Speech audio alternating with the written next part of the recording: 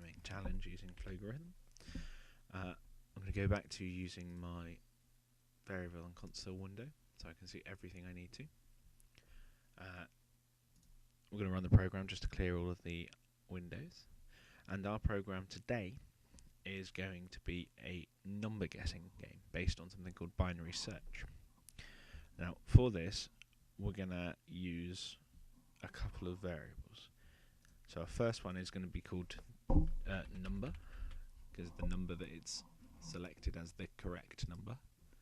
We're going to call another one guess, because we're going to ask our users to guess the number, and at the moment I believe that's all we need. So we're going to carry on with the program now. So just like before, where we had a loop, we're going to need another here to allow people to guess.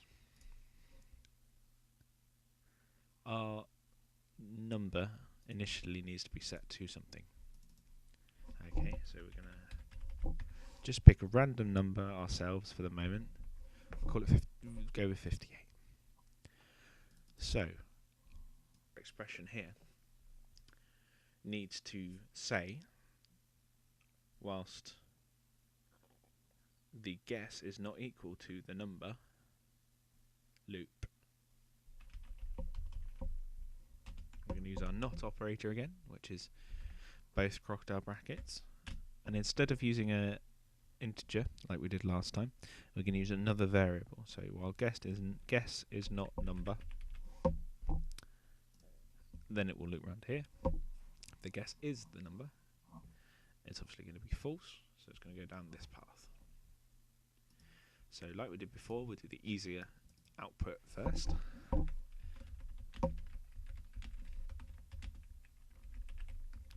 Well done, that's right. Nice success message. And our true loop is going to start here. So at the moment, our guess is nothing. So we're going to need an input.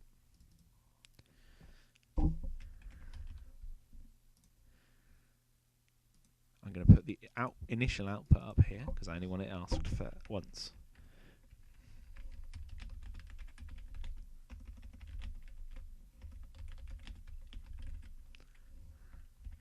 Guess a number between 1 and 100.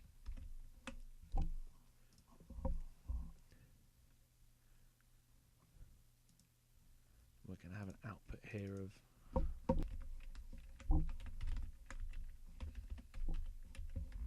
that's incorrect. Try again. Just like in our initial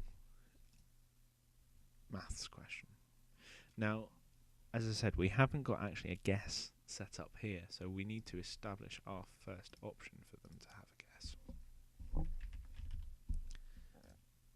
So we have two input guesses here. Now there is another way that you can do this, and if you've done it that way, that's more than fine, as long as it's working as intended. So we'll try running the program and see what happens. So you can see up here that in our variable, our number has been set to 58, our guess is currently set to nothing. Our output has said guess a number between 1 and 100, and we have our input ready to go. So I'm going to set my first guess to be 25. Incorrect. Try again. Let's try 36. Okay, that's still incorrect. Now let's try 58, because I know that's the correct number as we've got from up there. So that's ended the program. Now that will work, but obviously there's quite a lot of numbers within 1 to 100, and that will take a long time to guess.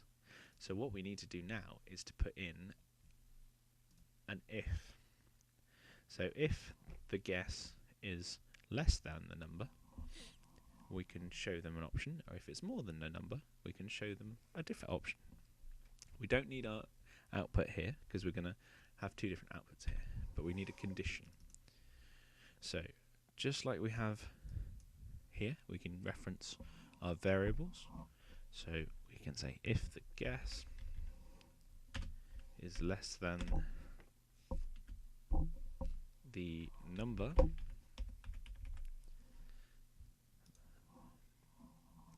go this way. If it's not less than the number, go this way. So we're going to need an output of too high, try again. Now, it's difficult to get these the right way around in the first instance, but if you think about it logically, you can. Too low, try again. And we'll try running that again. So number, guess, output. So I'm going to put in 50. Now you see I've made the classic mistake here. And I've got my logic the wrong way around. But that's okay, because I can see that I've got my logic the wrong way around, and I can go back into the program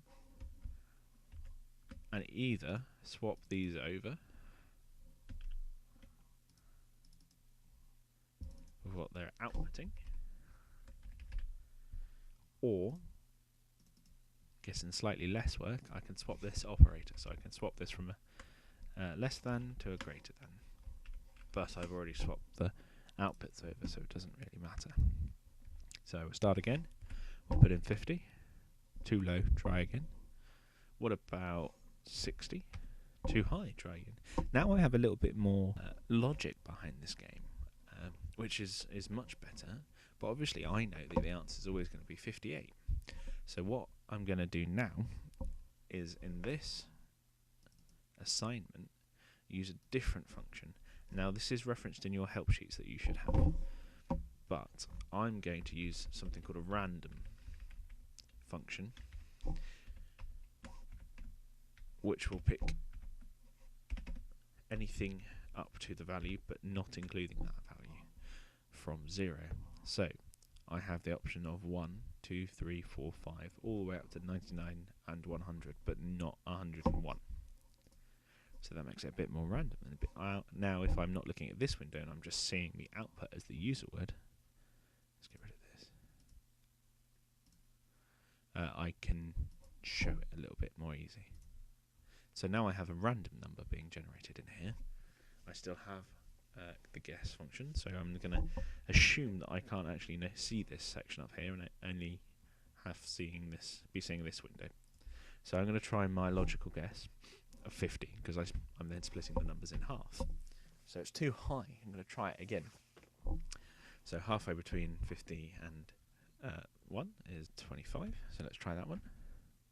Oh, still too high. Let's go to 12. Oh, that's too low. 19. Still too low. So now I've got to go between 19 and 25. So 22. Too high. 21. And 20. So by process of elimination, in a much quicker way, as you can see, I get to the correct answer.